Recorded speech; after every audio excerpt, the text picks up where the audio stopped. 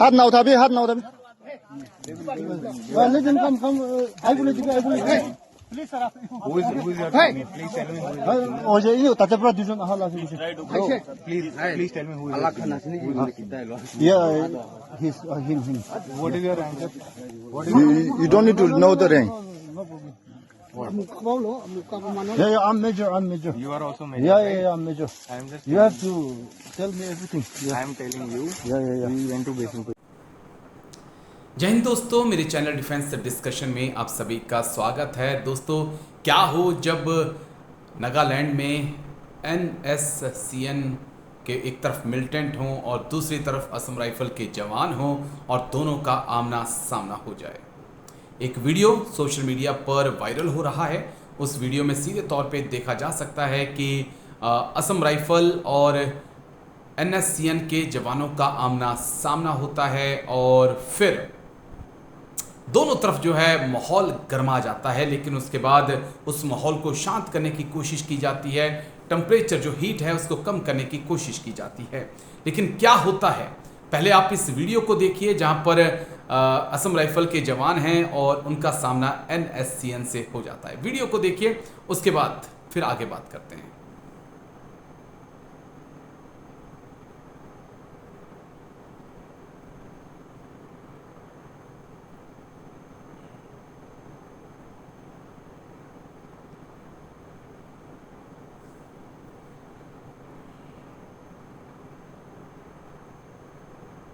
तो चलिए, ये वीडियो आपने देख लिया।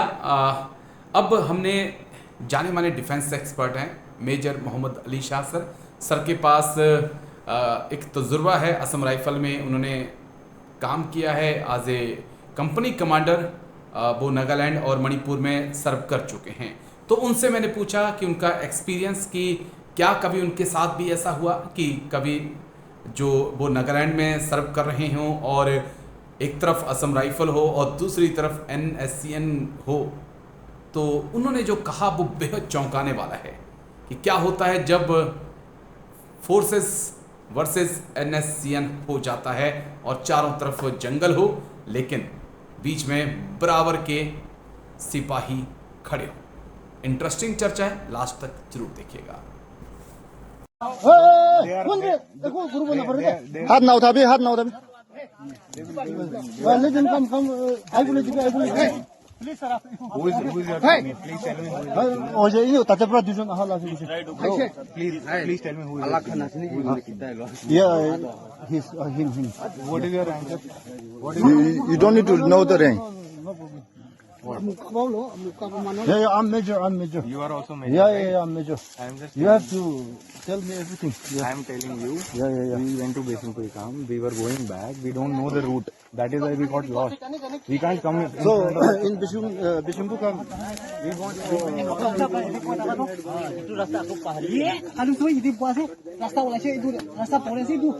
this time. You don't need to go into the jungle also. Because this is our area. This is our area. This is our land. Kita bung jise Besimpuram de. itu Besimpuram jibi log kori bujaise na ja time te to kun khali di jaise jibi ke log paise na pa nai hab jane apnar manu ke log paise na pa nai seven khan ke pasti manu khan ke itu pasata aha time te rasta pahoriছে Besimpuram kiman din boise baha nai kita bung jise jaise aru ahi jaise enige when did you reach Besimpuram kita bung jise Besimpuram betao ha Besimpuram de kita bung jise when kali paise kali tin birase tursun dibra makan la kem do apna la thengro si phota ase 340 back na yedi birase 24 you have your game, you have your jurisdiction. We have our game, we have our jurisdiction.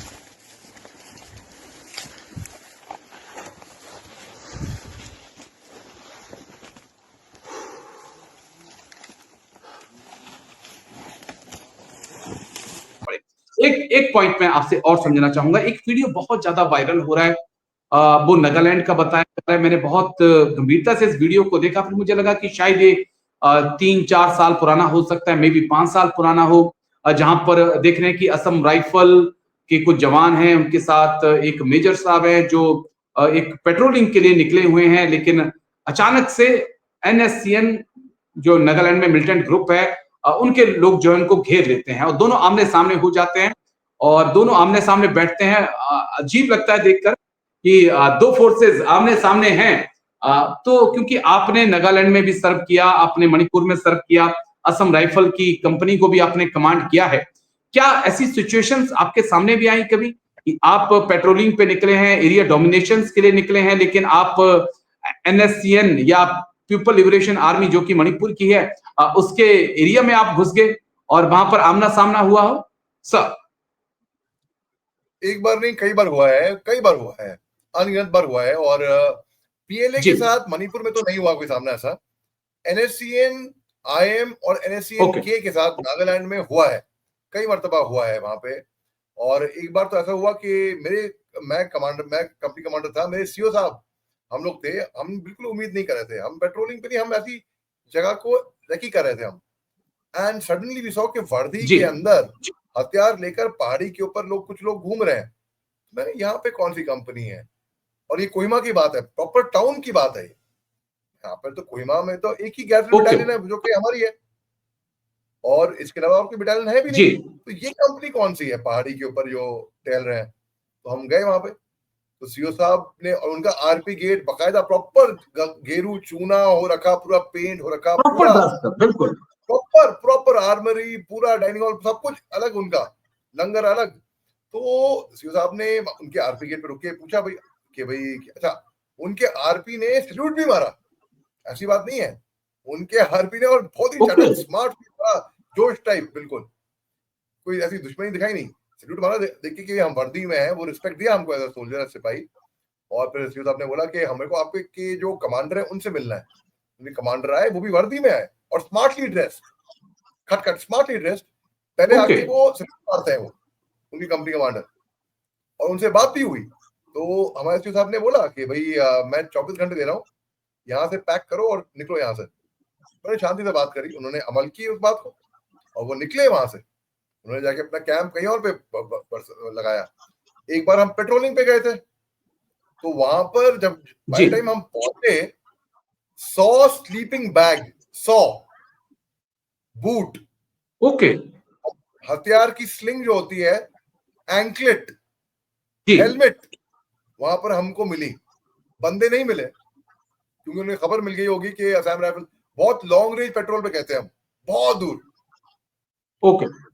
एक 2.5 ton में हम गए कहीं तक, उसके बाद जंगल इलाका था, तो हम 2.5 टन से उतरे, पैदल मार्च करी, पहाड़ी पे चढ़े, उतरे, जंगल, और जंगल भी ऐसा घना कि उसमें चलने की कोई पगडंडी नहीं थी।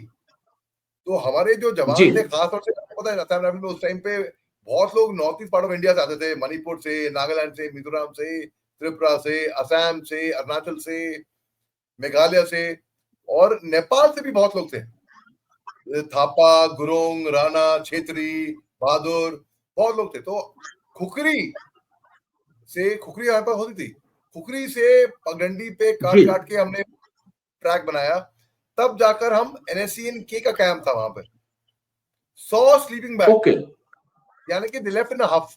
वो जल्दबाजी में वहां से गए थे, भागे थे, सोचे कि भाई असम राइफल्स या आर्मी या कोई भी फोर्स आ रही है, निकलो यहाँ से। तो ऐसा कई बार, एक बार तो हमारे सामने हो गया था, तो हमने बोला हम असम राइफल्स हैं, अपने हथियार ड्रॉप करो, उन्हें रखे नीचे, उन्हें आदर किया है हमारा, ऐसा कुछ वो ऐसा है नहीं कि भाई। और एक बार तो भाई, आपको कहानी, मशहूर कहानी पता है, आपको बताया था मैंने आपको, कि हम 5 सोल्जर थे, 4 तो ऑफिसर थे और 1 NCO साहब थे। हमको हमारे सिर पे बंदूक ताक दी थी और ऑर्डर आया था कि गोली, लेकिन फिर भी हम वहां से, उस चुंगल से बचकर निकले। हम मिरेकल था, लेकिन हम कुछ हुआ नहीं। तो नागालैंड में क्योंकि लेकिन SOP क्या कहती है कि इंडियन आर्मी की, असम राइफल की, अगर आपका NSCN IM से या K से अगर आमना सामना हो जाए, तो SOP क्या कुछ कहती है अपनी? देखिए, सीज फायर है, तो सीज फायर के मुताबिक नागालैंड के अंदर, जैसे कि सीजफायर है, तो जितने भी अंडरग्राउंड है वहां पे NSCN IM NSCN के, वो अपनी वर्दी डालकर अपने हथियार लेकर उनके डेजिग्नेटेड कैंप्स हैं कि यहाँ पे उनके कैंप्स हैं, दे अलाउड टू कैंप है। लाइक फॉर एग्जांपल उनका कैंप हेब्रन है, कैंप हेब्रन उनका हेडक्वार्टर है, मेन हेडक्वार्टर, जहाँ पे NSCN IM के चीफ वो वहां पे रहते हैं, जैसे कि NSCN IM के मोइवा साहब वहां पे रहते हैं हेब्रन हेडक्वार्टर में। और हमको न्योता भी आया था भाई, उनका बड़ा अच्छा रॉक बैंड भी है और बहुत टैलेंटेड भी है। हाँ, गिटार विटार और वो अच्छा गाते भी हैं, बहुत टैलेंटेड है वहां के लोग। उन्होंने बकायदा फॉर्मल इनविटेशन दिया मेरे को कि हम चाहते हैं आप हेब्रन कैंप विजिट करिए। मैं सीओ साहब को बोला, सीओ साहब ने बोला कि भाई नहीं अब ठीक है, पंगे मत लो, ठीक है ओके रहो, तो हम गए नहीं वहां पे। मगर वो चलिए अच्छा हो, लेकिन यही सवाल है कि इन लोगों के पास आखिरी सवाल कि weapons, helmet, slings, anklets, DMS जैसे बूट, प्रॉपर वर्दी आर्मी जैसी, क्योंकि मैंने भी उनके लगातार वीडियो देखता रहता हूँ, कहाँ से आते हैं? क्या ये अंदर ही नागालैंड में मैन्युफैक्चर्स हो रहे हैं, या चाइना की तरफ से सप्लाई है, या म्यांमार थाईलैंड वाला जो रास्ता है वहां से चीजें आ रही हैं? आखिरी सवाल सर जी, जो अंडरग्राउंड ग्रुप्स हैं, okay I will give you example of Manipur. जैसे कि मणिपुर में PLA, UNLF, KYKL, प्रीपाक जैसे ग्रुप्स हैं वहां पे मणिपुर में। तो ये लोग एक्सटॉर्शन करते हैं, जिनको ये टैक्स बोलते हैं, टैक्स कलेक्शन। अब जरूरी नहीं कि टैक्स पैसे के तौर पे ही आए, कि वहां के जो नागरिक हैं, जो हिंदुस्तानी जो हैं, जो वहां पे आम लोकल्स हैं, पहले तो वो हिंदुस्तानी है, उसके बाद वो मणिपुरी या जो भी वहां के होंगे, ठीक है, वो इनकम टैक्स भी भरते हैं इंडियन गवर्नमेंट को। ये अंडरग्राउंड को भी उनको मजबूरन टैक्स भी देना पड़ता है। या तो आटे की बोरी हो गई, in kind, it need not be in cash, it can be in kind also. तो वो टैक्स कॉन्ट्रीब्यूशन को कहते हैं, वो तो वहां पे भरना पड़ता है, तो उससे जमा पूंजी काफी हो जाती है। इसके अलावा इनको, जी हाँ, ये सवाल मेरे को अब तक रहा है और मैंने पूछा भी कि इनको चीन से आ रहा है, कहाँ से आ रहा है, क्या हो रहा है। तो उस टाइम कई लोगों ने मेरे को बोला कि चीन ने इंटरफेयर करना छोड़ दिया है सालों पहले, किसी ने बोला कि चीन से आ रहा है। तो मगर जहां तक मैं समझ पाया हूँ, जो टैक्स कलेक्शन होता है, टैक्स कलेक्शन मनी से इनके पास अच्छी खासी जमा पूंजी हो जाती है। और ये ड्रग्स का जो पैसा आता है, मुझे लगता है वो भी एक बड़ा रोल प्ले करता है, क्योंकि काफी मुनाफा उससे ये लोग कमा रहे हैं। लेकिन शुक्रिया मेजर मोहम्मद अली शाह सर, शुक्रिया, आपने बड़े अहम शो में जाना है, मैंने आपसे लंबा वक्त लिया है। थैंक यू सर, जय हिंद, take care, thank you sir, जय हिंद, thank you sir. Thank you Rajesh ji, शुक्रिया, जय हिंद।